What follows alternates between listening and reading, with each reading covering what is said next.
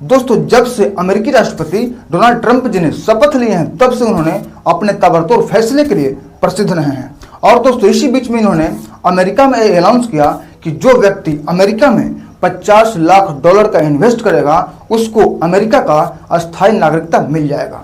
दोस्तों यहाँ पर ध्यान दीजिएगा, $50 लाख। अगर दोस्तों इसे हम इंडिया रुपीज में कन्वर्ट करें तो ये लगभग आता है 44 करोड़ रुपया। तो दोस्तों जो व्यक्ति 44 करोड़ रुपया अगर अमेरिका में इन्वेस्ट करेगा तब जाकर के उसको अमेरिका का अस्थायी नागरिकता मिलेगा। और दोस्तों इस अस्थायी नागरिकता को गोल्ड कार्ड के नाम से जाना जाएगा। दोस्तों आज तक अमेरिका के अस्थायी नागरिकता के लिए ग्रीन कार्ड सुनते होंगे, लेकिन दोस्तों एक गोल्ड कार्ड अमेरिका के लिए नया है। और दोस्तों इस वर्ड को आप लोग याद कर लीजिएगा, क्योंकि दोस्तों अब जो ये वर्ड है आपको बार बार सुनने को मिलेंगे। और दोस्तों गोल्ड कार्ड जो वीजा है वो अमेरिका में भी मौजूदा EB-5 वीजा की जगह लेगा। अब दोस्तों हम लोग जान लेते हैं कि EB-5 वीजा क्या है। तो देखिए दोस्तों, अमेरिकी कांग्रेस ने सन 1990 ईस्वी में अमेरिका में निवेश को बढ़ाने के लिए EB-5 वीजा को लागू किया गया था। और दोस्तों इसमें प्रावधान एक किया गया था कि जो व्यक्ति अमेरिका में $10 लाख का इन्वेस्ट करेगा उसको अमेरिका का अस्थायी नागरिकता मिल जाएगा। दोस्तों आप लोग यहाँ पर ध्यान दीजिएगा, $10 लाख, इसका मतलब अगर इसको हम इंडिया रुपीज में कन्वर्ट करें तो ये लगभग आता है 8 करोड़ 30 लाख रुपया। तो दोस्तों जो व्यक्ति 8 करोड़ 30 लाख रुपया अगर अमेरिका में इन्वेस्ट करेगा तब जाकर के उसको अमेरिका का अस्थायी नागरिकता मिलेगा। और दोस्तों $10 लाख ऐसे कंपनी में इन्वेस्ट करना चाहिए जिससे कि 10 लोगों को रोजगार मिल सके।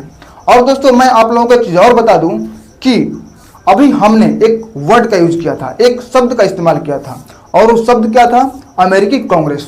दोस्तों अमेरिकी कांग्रेस, इस वर्ड को सुनकर आप कंफ्यूज मत होइएगा, क्योंकि दोस्तों अमेरिकी कांग्रेस अमेरिका के संसद को कहा जाता है, अमेरिका के संसद को अमेरिकी कांग्रेस कहते हैं। और दोस्तों मैं आप लोगों को बता दूं कि EB-5 वीजा से संबंधित जितने भी प्रोग्राम हैं उसको US citizenship and immigration service देखती है। अब दोस्तों हम लोग देख लेते हैं कि अमेरिका का ये जो नया वीजा नीति है इससे भारतीयों पर क्या असर पड़ेगा, भारत पर क्या असर पड़ेगा। तो देखिए दोस्तों, सबसे पहले मैं आप लोगों को बता दूं कि इस नया वीजा नीति से भारतीयों को बहुत तगड़ा झटका लगा है। दोस्तों अमेरिका में कितने ऐसे भारतीय हैं जो कि 50 सालों से ग्रीन कार्ड का जो बैकलॉग है उससे उनको सामना करना पड़ रहा है। और दोस्तों अमेरिका में ऐसे इंजीनियर, ऐसे डॉक्टर, ऐसे टेक्नोलॉजी में एक्सपर्ट हैं, ऐसे पेशेवर हैं जो कि अमेरिका की अर्थव्यवस्था को तगड़ा योगदान दे रहे हैं। और दोस्तों सबसे पहले जब EB-5 वीजा नीति था तो अमेरिका सहित बाकी और लोगों को ये बात पता था कि अमेरिका की नागरिकता प्राप्त करने के लिए हमें $10 लाख यानी कि भारतीय रुपए के अगर हिसाब से इसको देखें तो 8 करोड़ 30 लाख रुपया बस चुकाना है। और दोस्तों उन लोगों ने इस तरह से अपनी अर्थव्यवस्था को सेट करके रखे थे, इस तरह से अपने आप को एडजस्ट किए थे कि हमें तो सिर्फ $10 लाख चुकाना है।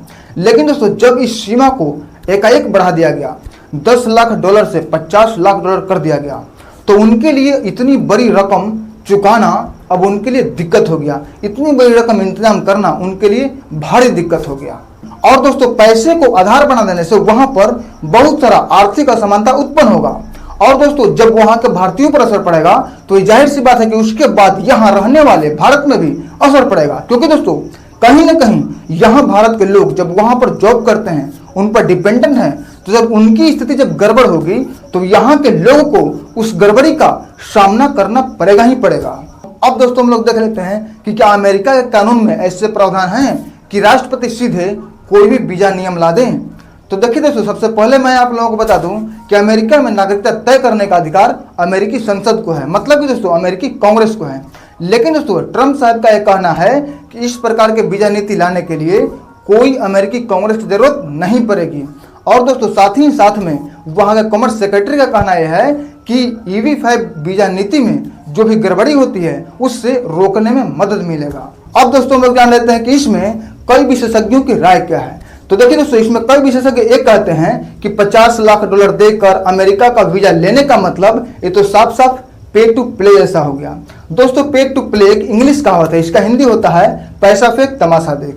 और दोस्तों इसमें कई विशेषज्ञ एक कहते हैं कि अमेरिका का ये जो नया वीजा नीति है इससे अमेरिका के काम का जो क्वालिटी है वो बढ़ने पर जोर नहीं देगा। अमेरिका में सिर्फ अमीरों का जमावड़ा हो जाएगा।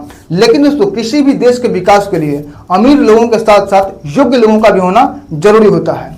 तो दोस्तों ये वीडियो आप लोगों को कैसा लगा, अच्छा लगा या खराब लगा, और ये भी बताइएगा कि अमेरिका का जो नया वीजा नीति है ये आपको कैसा लगा, अच्छा है या खराब है, कमेंट जरूर कीजिएगा।